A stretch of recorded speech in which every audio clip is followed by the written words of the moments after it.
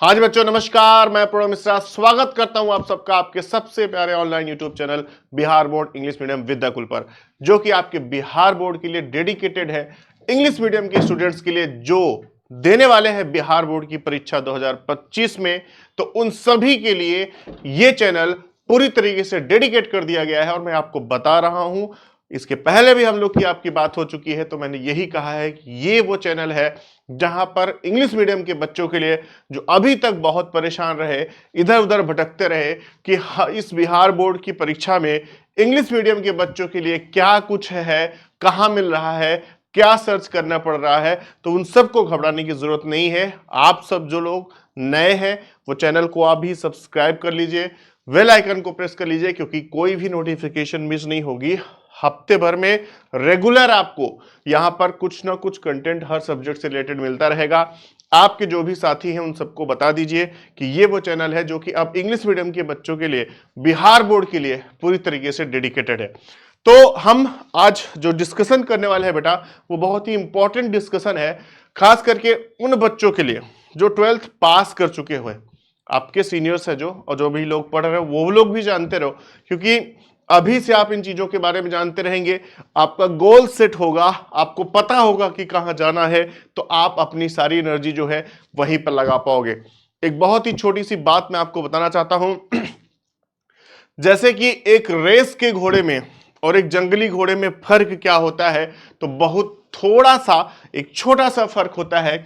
आप सभी लोग जानते हो दोनों घोड़े हैं, दोनों के पास भरपूर ऊर्जा है और दोनों अपनी ऊर्जा लगा देंगे तो वो कहीं ना कहीं जरूर पहुंचेंगे, लेकिन फर्क बस इतना है कि एक रेस का हो गया और एक जंगली बना रह गया। किस कारण? तो कारण यह था कि रेस के घोड़े को पता था कि हमें जाना कहां है, और जंगली घोड़ा अपनी सारी ऊर्जा इधर उधर वेस्ट करता रहा। तो अपनी ऊर्जा को आपको कहां लगाना है, आपकी एनर्जी किधर रहेगी, आप खुद को किस टारगेट तक पहुंचाना चाह रहे हैं, सारी एनर्जी आपको उसी टारगेट के लिए झोंकनी पड़ेगी। तो उस टारगेट के लिए हम थोड़ा सा हेल्प करने आपकी आए हैं कि आपको पता हो कि 12th जब आप पास हो चुके हैं या 12th का एग्जाम देने के बाद आपको करना क्या है। बहुत सारे बच्चे खास करके बायोलॉजी में जो सोचते हैं कि यार हमारे पास बायोलॉजी हमने ले लिया है, अब डॉक्टर बनने के अलावा क्या ही विकल्प है, हम क्या कर सकते हैं, कोई हमारे पास विकल्प ही नहीं बन रहा है ना। तो बहुत सारे बच्चे इसलिए ही बायोलॉजी लेते हैं क्योंकि उनको डॉक्टर बनना है।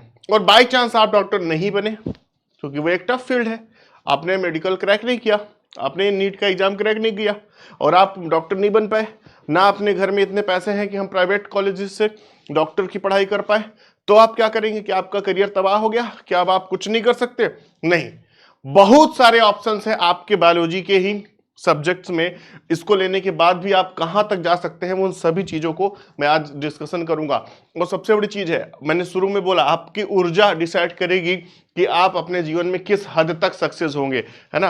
पैसा कमाना is secondary, but the first point is to become success, है ना। जब आप सक्सेस हो जाएंगे तो पैसा अपने आप आएगा, तो पैसे के पीछे भागिए, वो जरूरी है, जीवन की एक आवश्यकता हो सकती है। पैसा बहुत कुछ हो सकता है, पर पैसा कभी सब कुछ नहीं हो सकता। तो इस चीज को हमेशा याद रखिएगा। सक्सेस आपको पाना है, आपकी सफलता का कारण क्या होगा वो मैं आपको बताने जा रहा हूं, कैसे आपको पहुंचना है।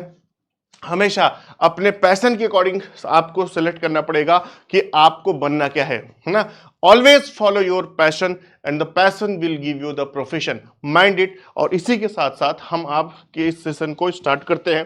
तो अगर हम बात करें बायोलॉजी के फ्यूचर के बारे में, ठीक है ना, तो बहुत ही साधारण तरीके पर गांव के एकदम छोटे स्तर में भी बैठा हुआ यह इंसान जानता है कि ग्रेजुएशन, जिसको हम लोग बोलते हैं स्नातक की डिग्री लेना, वो बहुत ही आवश्यक है। लगभग आगे चल के सरकारी किसी भी नौकरी का आप प्रयास करेंगे एक अच्छे पद पर पहुंचने के लिए, तो एटलीस्ट मिनिमम क्वालिफिकेशन जो आपके पास होनी चाहिए वो ग्रेजुएशन की होनी चाहिए। तो पहला मैं आपको ऑप्शन यही बताऊंगा कि आप एटलीस्ट और कुछ करें ना करें, है ना, आप ग्रेजुएशन कर सकते हैं। चलिए ठीक है, आपने ग्रेजुएशन किया है ना, तो ग्रेजुएशन कैसे किया, ग्रेजुएशन कैसे करोगे?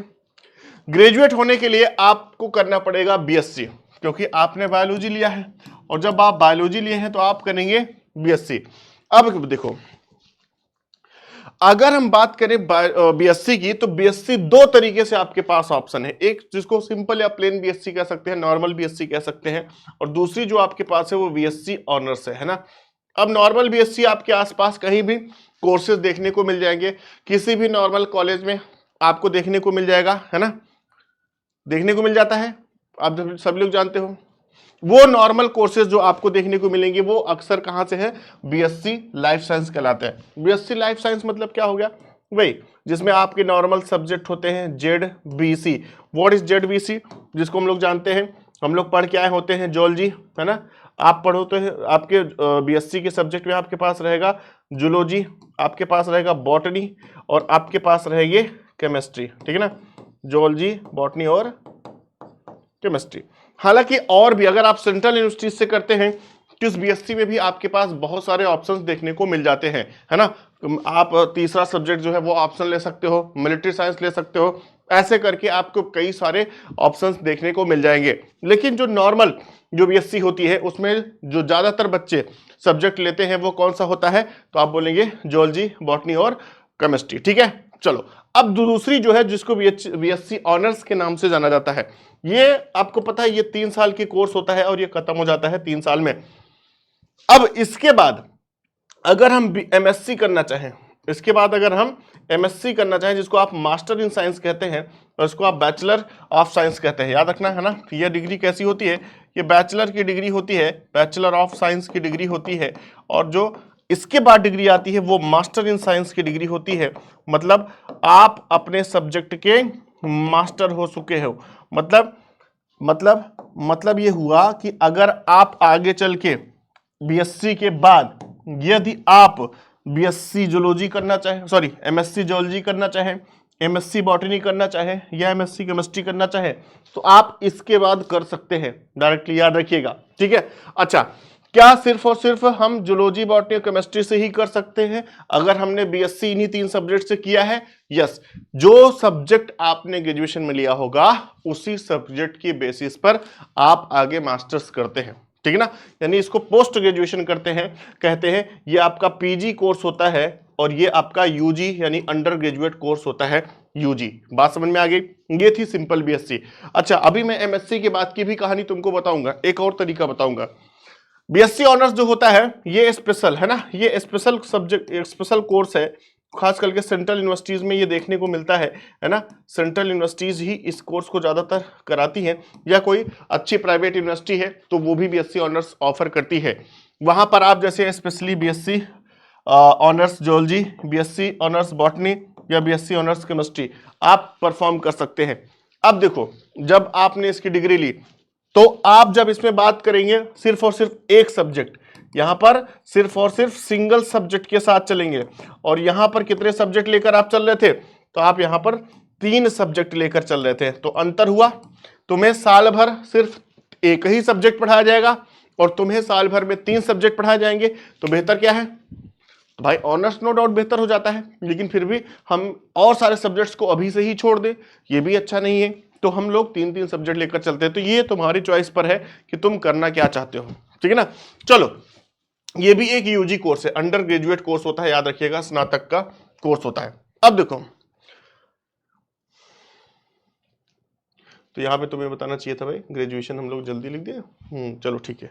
अब क्या हुआ, अगर हम बात करें बीएससी या प्लेन बीएससी की, तो आगे चल के आपके पास BSc microbiology, BSc home science, BSc psychology, BSc agriculture important है ना। काफी सारे बच्चे बीएससी सिर्फ और सिर्फ आप जूलॉजी, बॉटनी, केमिस्ट्री से नहीं, आप ये सारे ऑप्शंस हैं बीएससी में। आप एग्रीकल्चर से, इन्वायरमेंटल साइंस से, बीएससी नर्सिंग, ज्यादातर गर्ल्स जो होती हैं वो आप लोग देखिए बीएससी नर्सिंग में प्रेफर करती हैं। कई सारी प्राइवेट यूनिवर्सिटीज इस कोर्सेज को करा रही हैं।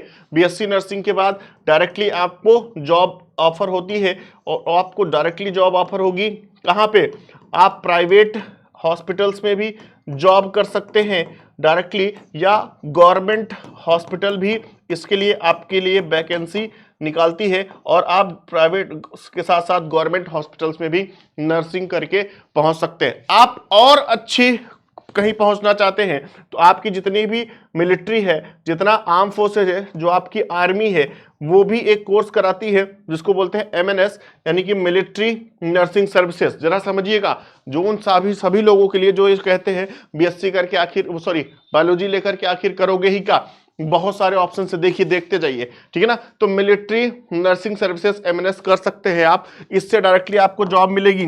पूछिए कहां पर जॉब मिलेगी, तो बोलते हैं ये जॉब डायरेक्टली मिलती है आपके इंडियन आर्मी हो गई है ना, या कोई भी आर्म फोर्सेस हो गई, वहां पर आप डायरेक्टली नर्सिंग का सेवा दे सकते हैं, भारत की अपने देश की सेवा कर सकते हैं। भाई ये भी तो एक सेवा ही है ना। जब कभी लड़ाई होगी, कभी घायल होंगे सैनिक, तो उनको आप सेवा दे रहे हैं, आप करके जा सकते हैं। समझ गए। अब देखो, साथ ही साथ एक बड़ा ही इंपॉर्टेंट कोर्स मैं आपको बता दे रहा हूं, जो कि BSc LLB है। BSc प्लस LLB दोनों कोर्सेज होते हैं, ये होते हैं 5 साल के, है ना। ये 5 साल में आपको 2 डिग्री मिलेगी। आप ग्रेजुएशन की भी डिग्री ले लिए और आप लॉ की भी डिग्री ले लिए। अगर अलग अलग करते, है ना, अगर अलग अलग करते तो 3 साल आप करते क्या, BSc, और 3 ही साल आप करते LLB। तो इस तरीके से आपने बचा लिया 1 साल, है ना, और आपने ये चीजें, दोनों ही चीजें कितने साल में खत्म कर दी, 5 साल में, है ना। इसके बाद आप मास्टर्स कर लीजिए, यानी LLM, आप जाके LLM कर सकते हैं, मास्टर्स डिग्री हो जाती है। LLB की, लॉ की ये बैचलर डिग्री है और ये लॉ की मास्टर डिग्री है। आप ये कोर्स कर सकते हैं। अब एक चीज आप हमसे पूछ सकते हैं, क्या सिर्फ ग्रेजुएशन करके हम नौकरी पा सकते हैं? अगर हमारा मन नहीं है कि हम मास्टर्स करें, हमारा मन नहीं है कि ये सब करने के बाद हम MSc करने जाएं, हमारा मन नहीं है, अगर आप ये नहीं करना चाहते, तब आप क्या करेंगे?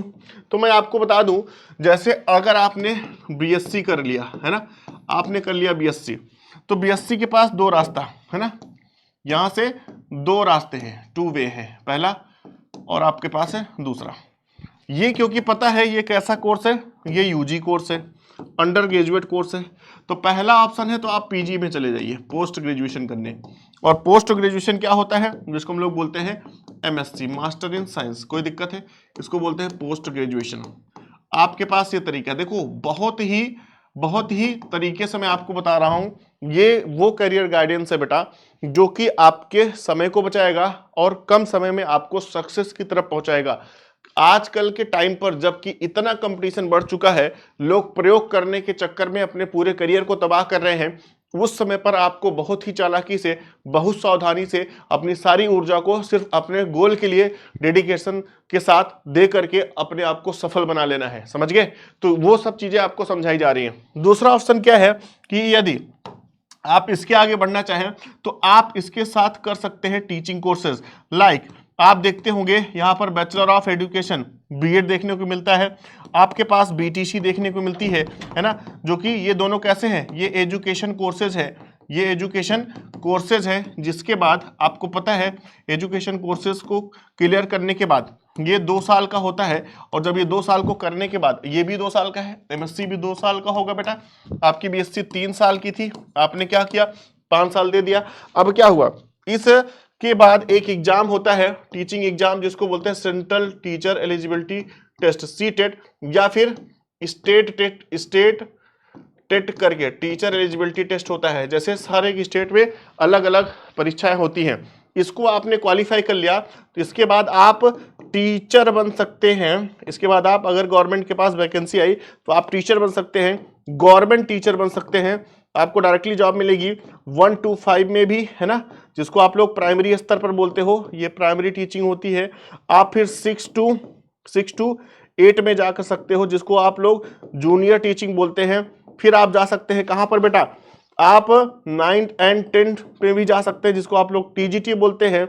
और इसके बाद आप 11 and 12 भी जा सकते हैं, जिसको आप लोग PGT यानी पोस्ट ग्रेजुएट टीचर भी कहते हैं। लेकिन पोस्ट ग्रेजुएट टीचर बनने के लिए उसकी एलिजिबिलिटी यहाँ से नहीं तय होती है, उसकी एलिजिबिलिटी तय होती है PG के बाद। तो ये हम 9th-10th तक सिर्फ ग्रेजुएशन आपको दे सकता है, 9th-10th तक की गारंटी आपको ग्रेजुएशन दे सकता है। MSc के बाद 2 रास्ता है ना, MSc के बाद 2 रास्ता, इसको अलग पेज पे मैं बता रहा हूँ। हमें लगता है ये चीजें समझ में आ गई होंगी। अब हम MSc के बाद क्या कर सकते हैं, जरा समझिएगा। MSc के बाद आपने कर लिया तो अब क्या करोगे, आप अगर हायर एजुकेशन में पढ़ना चाहते हो, है ना, तो यहां पे अगर आपका टारगेट है जॉब, या आपका टारगेट है अभी फिर से आगे एजुकेशन, अगर आप और आगे पढ़ना चाहते हैं, चलो ठीक है चलते जाओ, कोई दिक्कत नहीं है। आप एमएससी के बाद एग्जाम करिए क्वालिफाई, जिसको बोलते हैं नेट, है ना, नेशनल एलिजिबिलिटी टेस्ट, है ना। अब ये यूजीसी कराती है ना, यूजीसी एक कमीशन है ना, यूनिवर्सिटी ग्रांट कमीशन, वो एग्जाम कराती है। और साइंस के लिए खास करके CSIR, council of scientific and industrial research, CSIR, net qualify करने के बाद आपको पता होना चाहिए आप रिसर्च में जा सकते हैं, आप रिसर्च में जा सकते हैं। और रिसर्च करने के बाद, है ना, आपके पास दोनों चीजें हैं, या तो आप टीचिंग कर सकते हो, या तो आप टीचिंग कर सकते हो कहाँ पर, जिसको हम लोग बोलते हैं प्रोफेसर, है ना, जिसको हम लोग बोलते हैं प्रोफेसर आप बन सकते हैं यूनिवर्सिटीज में, कॉलेज में, यूनिवर्सिटी या फिर कॉलेज में। या दूसरा आपके पास ऑप्शन है, आप डायरेक्टली कोई लैब ज्वाइन करके आप साइंटिस्ट बन सकते हैं, अगर आपने PhD कर ली है तो। कोई दिक्कत है? कोई दिक्कत नहीं, लेकिन ये एक लंबा समय होता है। आप MSc के बाद लगभग ये 5 साल तक के मान के चलिए कि रिसर्च आपको करना ही पड़ेगा, उसके बाद आप ये चीजें पहुंचते हैं। एक लंबा समय गुजर चुका होता है यहाँ तक पहुंचने के लिए। दूसरा रास्ता, अगर आप यहीं पे डायरेक्टली जॉब करना चाह रहे हैं तो जॉब के लिए आपके पास आता है पोस्ट ग्रेजुएट टीचर एग्जाम, है ना, PGT एग्जाम्स होते हैं हर एक क्या नाम है स्टेट में, और हर एक स्टेट में आप देखेंगे तो PGT एग्जाम्स में आप अक्सर गवर्नमेंट इंटर कॉलेजेस जो होते हैं, गवर्नमेंट इंटर कॉलेज जो होते हैं, उसमें आप teacher as a lecturer appoint हो सकते हैं, एज अ लेक्चरर अपॉइंट हो सकते हैं, और आप लेक्चरर के नाते आप एक टीचर बन सकते हैं। तो डायरेक्टली PGT MSc के बाद आप डायरेक्टली जॉब भी पा सकते हैं पर्टिकुलर सब्जेक्ट से, है ना। यहाँ पर ये सब्जेक्ट स्पेसिफिक होती है, सब्जेक्ट स्पेसिफिक होती है। मतलब क्या हुआ, अगर आपने MSc करी है जूलॉजी से, MSc करी है बॉटनी से, या MSc करी है केमिस्ट्री से, तो आप PGT जूलॉजी देंगे, PGT बॉटनी देंगे, या PGT आप केमिस्ट्री देंगे। हालांकि अब जब एग्जाम हो रहे हैं वो PGT बायोलॉजी हो रहा है, और जब PGT बायोलॉजी हो रहा है तो उसमें दोनों सब्जेक्ट पूछा जाता है, उसमें जूलॉजी भी पूछा जाता है और उसमें बॉटनी भी पूछा जाता है। बात समझ में आई? तो दो रास्ते MSc के बाद आपको समझ में आएंगे। ये वो चीजें हैं बेटा जो पूरे लाइफ का पाथ आपको समझा रहा हूं मैं, जहां पर आज ही से आपको डिसाइड कर लेना है कि एक्चुअली मुझे करना क्या है, और इसके बाद हम कहां तक पहुंचा सकते हैं खुद को। बात समझ में आ गई? क्लियर है? कोई दिक्कत यहाँ तक नहीं। चलो BSc से हमने MSc पहुंचाया, MSc से तुम्हें PhD करा दी, PhD नहीं करना है तुम्हें, तुमने जॉब कर ली। अच्छा, ये सब भी नहीं करना चाह रहे, अब क्या करना है? क्या और कोई विकल्प नहीं है हमारे पास? बहुत विकल्प है। अब उसी BSc को स्पेशलाइज्ड में ले जाइए। क्या? Medical microbiology. मेरा मन है कि हम मेडिकल से रिलेटेड फील्ड में जाना चाहते हैं, लेकिन हम डॉक्टर नहीं बन सकते क्योंकि हम उतना नहीं पढ़ना चाहते, हम उतना पढ़ना नहीं चाहते, हमारे पास उतना समय नहीं है, हमारे पास पैसे नहीं। कोई बात नहीं, आप BSc कर सकते हो मेडिकल माइक्रोबायोलॉजी में, जो कि 3 साल का कोर्स और 6 मंथ का इंटर्नशिप होती है। इंटर्नशिप क्या है बेटा? इंटर्नशिप एक तरीके से ट्रेनिंग होती है। 6 महीने तक आपको तैयारी कराई जाएगी। आपने जो कुछ भी पढ़ा है 6 महीने तक तुम्हें टेस्ट किया जाएगा, क्या तुम्हें वो चीजें तैयार हुई हैं, क्या तुम्हें वो सब चीजें आ चुका है जो पढ़ाया गया कि नहीं, तो वो आपके इंटर्नशिप होती है। इसके बाद क्योंकि ये UG कोर्स है, BSc है तो अंडर ग्रेजुएट कोर्स है, तुरंत आप इसके बाद इसका PG कोर्स कर लीजिए, पोस्ट ग्रेजुएशन कर लो, MSc इन मेडिकल बायोलॉजी, ये भी 3 साल का कोर्स होगा। और इसके बाद आप, क्योंकि अब हम मास्टर कर सकते हो, CSIR जो होता है ये हमेशा, ये एग्जाम जो नेट का एग्जाम है ये हमेशा PG के बाद ही दिया जा सकता है, UG वाले इसको नहीं दे सकते। यानी कि BSc करके आप सीधे नेट नहीं दे सकते, आपको CSIR नेट देने के लिए कम से कम क्या होना चाहिए? पोस्ट ग्रेजुएशन होना चाहिए, यानी MSc होना ही चाहिए। अब CSIR नेट क्वालिफाई कर लिए तो फिर से वही रास्ता है ना, आप रिसर्च करिए, यहाँ पर मन हो आप यहाँ पे रिसर्च करिए, या फिर आप सीधे टीचिंग करिए, आपके ऊपर रास्ता है जो भी है। या आप MSc के बाद सीधे कई सारी प्राइवेट कंपनी होती हैं, प्राइवेट कंपनी में आप डायरेक्टली यहाँ पर जॉब अप्लाई कर सकते हो और अच्छे सा खासे पैकेज पर आप नौकरी करने जा सकते हो मेडिकल माइक्रोबायोलॉजी भी के कोर्स के बाद। क्या और कोई रास्ता नहीं बचता?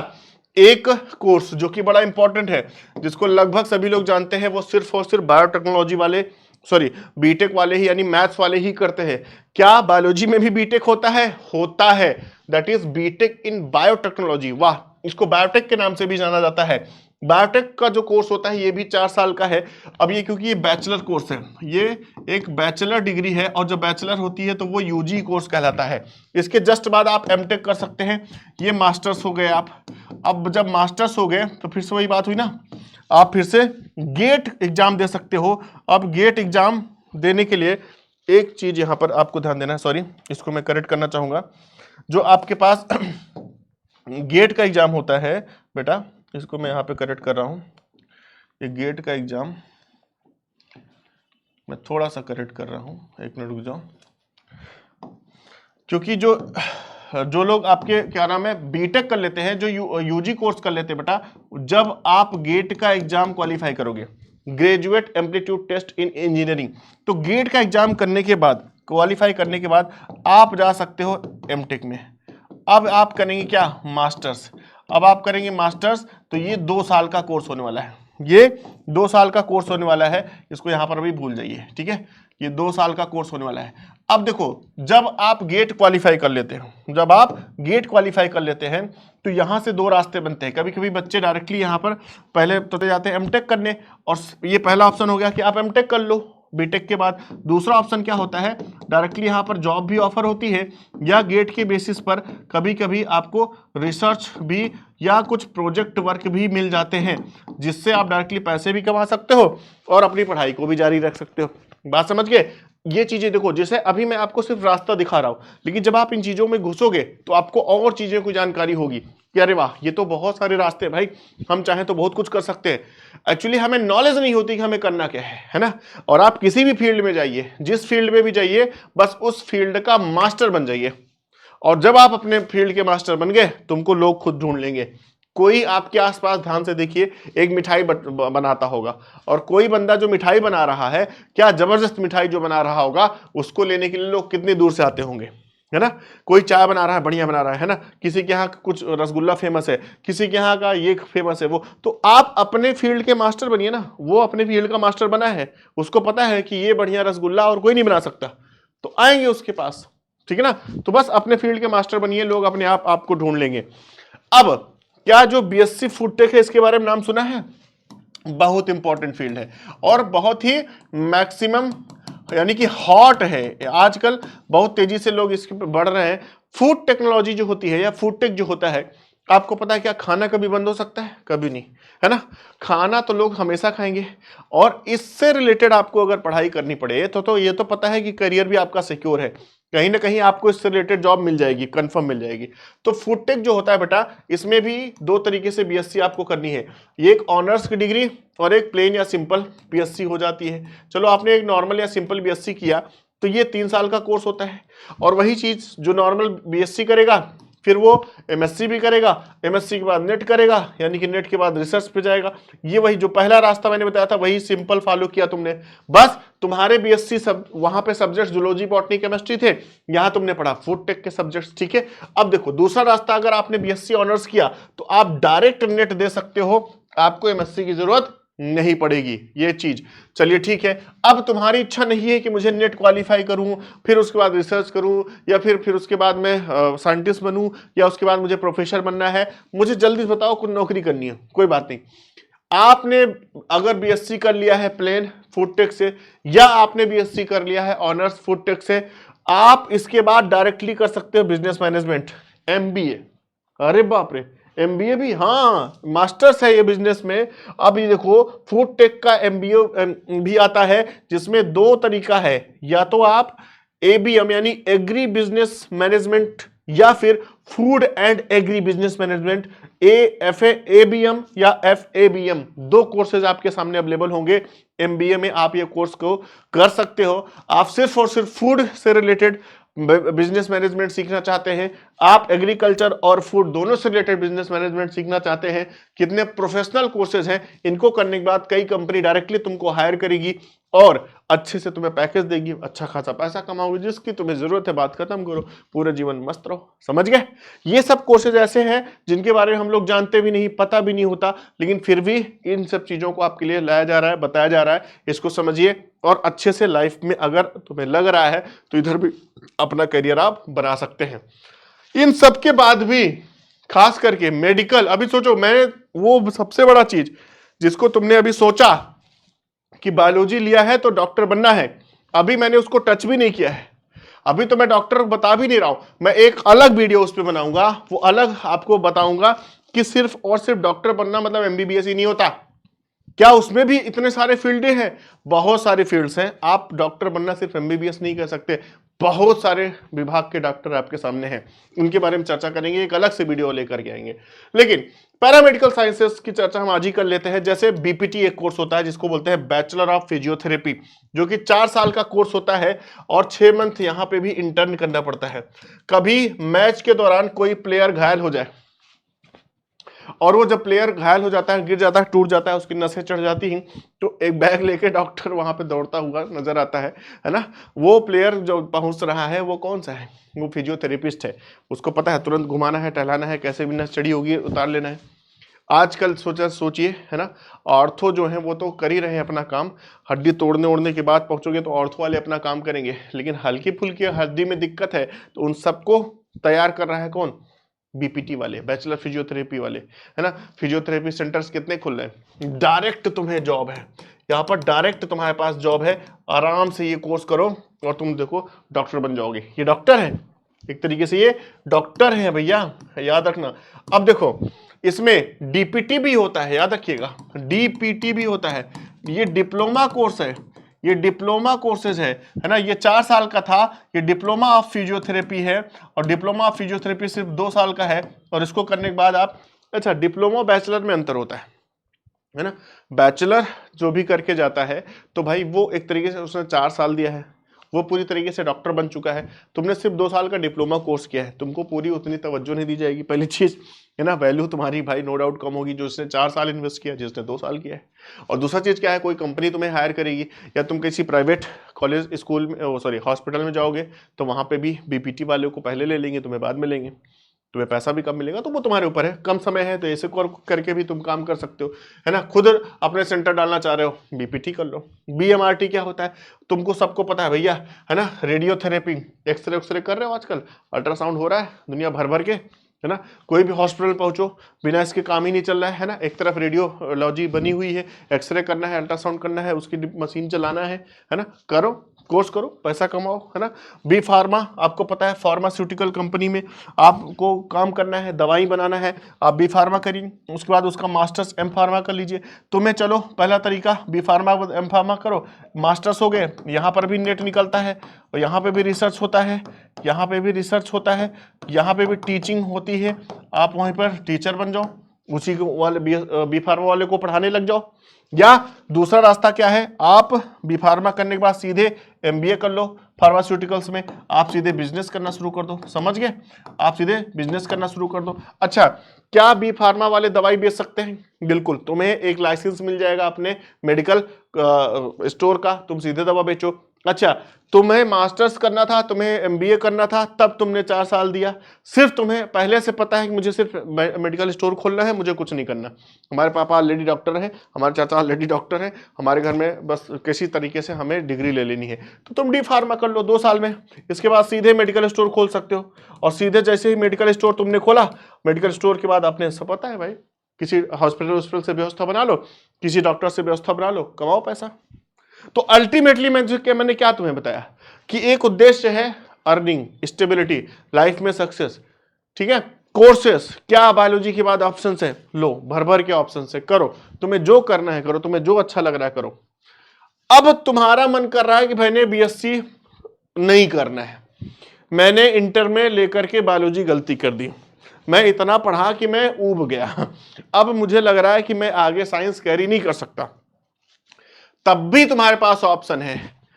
साइंस वालों के पास ये ऑप्शन है कि वो आर्ट सब्जेक्ट्स में जा सकते हैं, लेकिन आर्ट वाले नहीं आ सकते इधर तो तुम छोड़ दो बायोलॉजी, अब तुम ले लो आर्ट के सब्जेक्ट, है ना। तुम्हें बैचलर ऑफ आर्ट्स करने की परमिशन है, इजाजत है।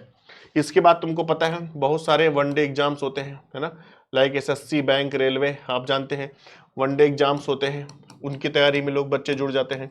आप यूपीएससी के एग्जाम्स क्रैक कर सकते हैं, आप अपने स्टेट पीसीएस एग्जाम दे सकते हैं, बीपीएससी जैसे आप अपने बिहार में होता है ना, स्टेट पीसीएस एग्जाम दे सकते हैं, लाइक बीपीएससी दे सकते हैं। अच्छा, क्वेश्चन ये बनता है, क्या यहाँ पे हम लोग नहीं दे सकते थे क्या? क्या इन सब के करने के बाद हम लोग नहीं दे सकते थे क्या? इसके बाद भी आप स्टेट पीसीएस दे सकते हो, इसके पास बाद भी आप यूपीएससी दे सकते हो, ऐसा नहीं है ना।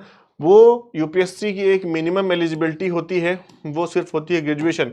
तो आप चाहे बीएससी हो, चाहे बीकॉम हो, चाहे बीए हो, आप अगर वो कर लिए हो तो आप डायरेक्टली यूपीएससी में जा सकते हो। और बहुत सारे बच्चों को ऐसा, मैं अभी बता दे रहा हूँ, बहुत सारे बच्चों को ऐसा लगता है कि 12th में पढ़ते पढ़ते चलो तुरंत शुरू कर देते हैं तैयारी यूपीएससी की।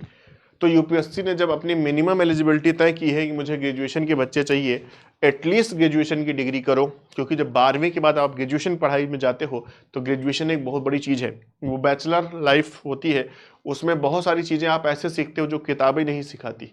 तो मुझे ऐसा लगता है कि एक बार कॉलेज लाइफ ज़रूर सबको जीनी चाहिए, कॉलेज करना चाहिए, अच्छे से जाना चाहिए, पढ़ना चाहिए और वहाँ के इन्वायरमेंट को समझना चाहिए, है ना। बहुत सारे नियम बदलते हैं, बहुत सारी चीज़ें अलग होती हैं, उन सब चीज़ों में रहोगे तो वो बहुत कुछ सीखोगे। आप बीबीए कर सकते हो, बैचलर ऑफ बिजनेस एडमिनिस्ट्रेशन, है ना, बीकॉम कर लो, बैचलर ऑफ कॉमर्स, सब साइंस वाले बच्चों के लिए ऑप्शन है, बीसीए कर लो, कंप्यूटर एप्लीकेशन, और चले जाओ आईटी सेक्टर में। और जैसे ही आईटी सेक्टर में जाओगे, कितनी टेक्नोलॉजी है आज को पता है आपके पास, कितनी टेक्नोलॉजी है ना। बीसीए, फिर उसके बाद एमसीए, मास्टर्स कर लो, एमसीए कर लो, सीधा जॉब है तुम्हारे पास सीधा जॉब बैठी हुई है, आप सीधे जॉब करके बैठ जाओ। किसी भी मल्टीनेशनल कंपनी, कोई भी आईटी सेक्टर, कोई भी आईटी कंपनी है, वो तुमको तुरंत उठा लेगी, तुम्हें जॉब दे देगी। बस समझ गए। तो ये बहुत सारे ऑप्शंस हैं, मुझे ऐसा लगता है इनको आप एक बार फिर से देखोगे, समझ जाओगे ना, तो आप एटलीस्ट बैठ के सोचो, चिंतन करो कि हमें एक्चुअली करना क्या है। अपनी स्ट्रेंथ को पहचानो, अपने पैशन को पहचानो, तुम्हें मजा किस में आ रहा है, तुम्हें करना क्या है ना, वो अपने गोल को डिसाइड करो और उसी गोल के पीछे भाग जाओ और आज से लगो, मेहनत करो, आगे बढ़ो, सफल हो। क्लियर है? ठीक है। बाकी रही बात मेडिकल की, तो वो मैं अगले वीडियो में आपको लेकर के मिलूंगा। मुझे लगता है ये वीडियो आपको जरूर पसंद आया होगा, और अगर ये पसंद आया है तो भाई लाइक करना है, आपको कमेंट करके बताना है कि हाँ सर मैं लाइफ में ये बनना चाहता हूँ, मैं ये करना चाहता हूँ। अपने गोल को जरूर नीचे लिखें, मैं भी देखूँ कि मैं कितने लोगों को मोटिवेट कर पाया। और रही बात आगे मेडिकल में, तो वो मैं अगले वीडियो में आपको मिलूंगा। तब तक के लिए सभी लोग अपना ख्याल रखेंगे। Bye bye, take care, thank you.